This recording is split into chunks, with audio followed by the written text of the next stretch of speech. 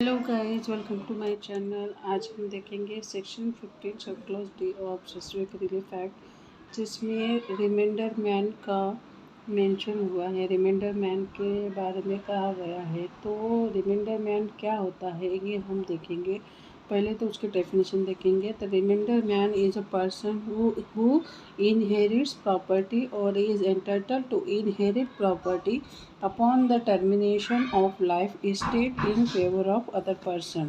तो इसका हम एग्जांपल, तो चलिए देखते हैं इसका एग्जांपल। तो किसका रिमाइंडर मैन किसे कहेंगे। तो रिमाइंडर मैन की डेफिनेशन हमने देख ली थी। तो देखिए, ट्रांसफ़र ऑफ प्रॉपर्टी एक्ट में सेक्शन 13 है जो कि बात करता है property transfer in favour of the unborn person. Section 13 कहता है कि अगर आपको किसी अनबॉर्न पर्सन को प्रॉपर्टी देनी है तो आप उसको डायरेक्टली नहीं दे सकते हो। इसके लिए आपको ये वे रहेगा जिसके थ्रू आप उसको अनबॉर्न पर्सन को उसके फेवर में प्रॉपर्टी ट्रांसफ़र कर सकते हो। तो क्यों डायरेक्टली नहीं कर सकते हैं? अनबॉर्न पर्सन को प्रॉपर्टी ट्रांसफ़र क्यों नहीं कर सकते? क्योंकि जो टीपी है गवर्न्स करता है इंटरव्यूअर्स ट्रांसफ़र, मतलब transfer between two living persons. तो अनबॉर्न पर्सन को लिविंग पर्सन नहीं माना जाता जब तक वो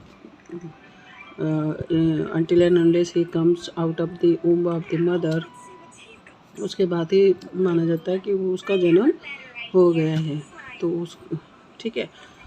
तो आई होप आपको समझ में आया होगा। तो एग्जांपल देखते हैं। एक पर्सन है, ओनर है इमूवेबल प्रॉपर्टी का। वो क्या करता है, बी को ट्रांसफ़र करता है property for the benefit of the unborn person.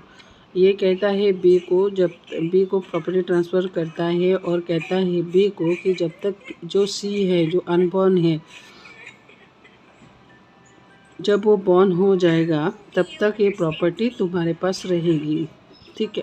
और जब सी बॉर्न हो जाता है, सी का बर्थ हो जाता है, तो ये वाले केस में जो सी रहेगा वो रिमाइंडर मैन रहेगा। ठीक है। अब ये है, दूसरी सिचुएशन ये भी हो सकती है कि जो ये है person owner of the immovable property अपनी प्रॉपर्टी दे देता है बी को लाइफ इंटरेस्ट के लिए। ठीक है, लाइफ इंटरेस्ट के लिए दे देता है। फिर ये उसमें एग्रीमेंट में ये कंडीशन डाल देता है, ये बोलता है कि कोविनेंट डाल देता है कि after death of the B के डेथ के बाद the property will go to the C, ये सी के पास चल जाएगी।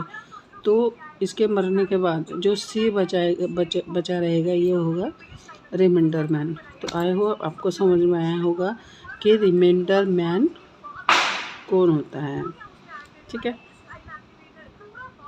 तो रिमाइंडर मैन समझ में आ गया। अभी देखते हैं। हाँ, ये रिमाइंडर मैन हो गया। तो फिर रिमाइंडर मैन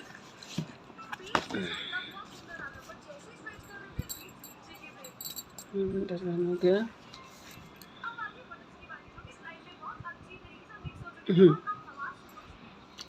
तो ये सारी जो कंडीशन रहती है वो बी के ऊपर रहती है। ठीक है। तो सी जो, अब देखिए, हु में ऑब्टेन स्पेसिफिक परफॉर्मेंस। अब ये सब चीज़ें हो गई है, कॉन्ट्रैक्ट में लिखा हुआ है ये सब।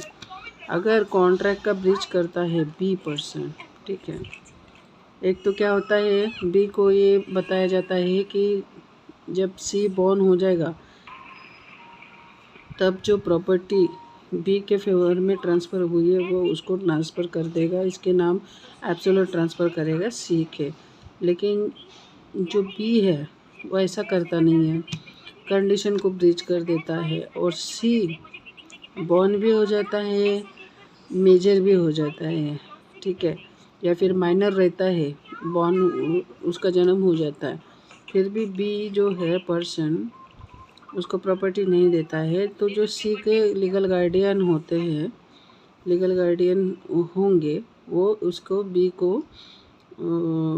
के अगेंस्ट सूट फाइल करके वो can obtain specific performance of the contract. तो ये इंटाइटल है सी रिमाइंडर मैन। ठीक है। और दूसरे केस में होता है कि जैसे हमने देखा था कि लाइफ इंटरेस्ट क्रिएट किया बी के फेवर में, और ये कोविनेंट डाल दिया था कि after death of the B the property will go to the C को चली जाएगी, ठीक है। लेकिन जो ओनर ऑफ द प्रॉपर्टी का ओनर है, इसकी भी डेथ हो जाती है, तो प्रॉपर्टी इसके एलआर के पास, एलआर को पता चलता है ये कि उसके फादर ने अपना ये ऐसे लाइफ इंटरेस्ट क्रिएट किया हुआ है, लेकिन उसको ये कंडीशन का पता नहीं रहता है कि ये कंडीशन डाली हुई है कि बी के डेथ के बाद ये जो प्रॉपर्टी है सी को चली जाएगी। तो वो प्रॉपर्टी बोलते हैं कि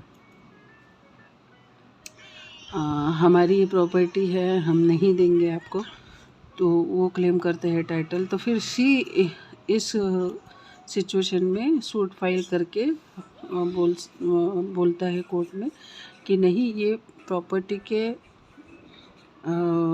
ओनरशिप के लिए, ये प्रॉपर्टी के लिए मैं for taking benefit of this property I am entitle. तो उसका वो स्पेसिफिक परफॉर्मेंस का सूट फाइल कर सकता है और कॉन्ट्रैक्ट का स्पेसिफिक परफॉर्मेंस कर सकता है कोर्ट से। तो ये रिमाइंडर मैन के बारे में ये कहा। आई होप आपको समझ में आया हो कि रिमाइंडर मैन कौन होता है और वो किस तरह से ऑब्टेन करता है specific performance of contract. Thanks for watching my video and channel को सब्सक्राइब कीजिए और वीडियो को लाइक कीजिए और कमेंट कीजिए।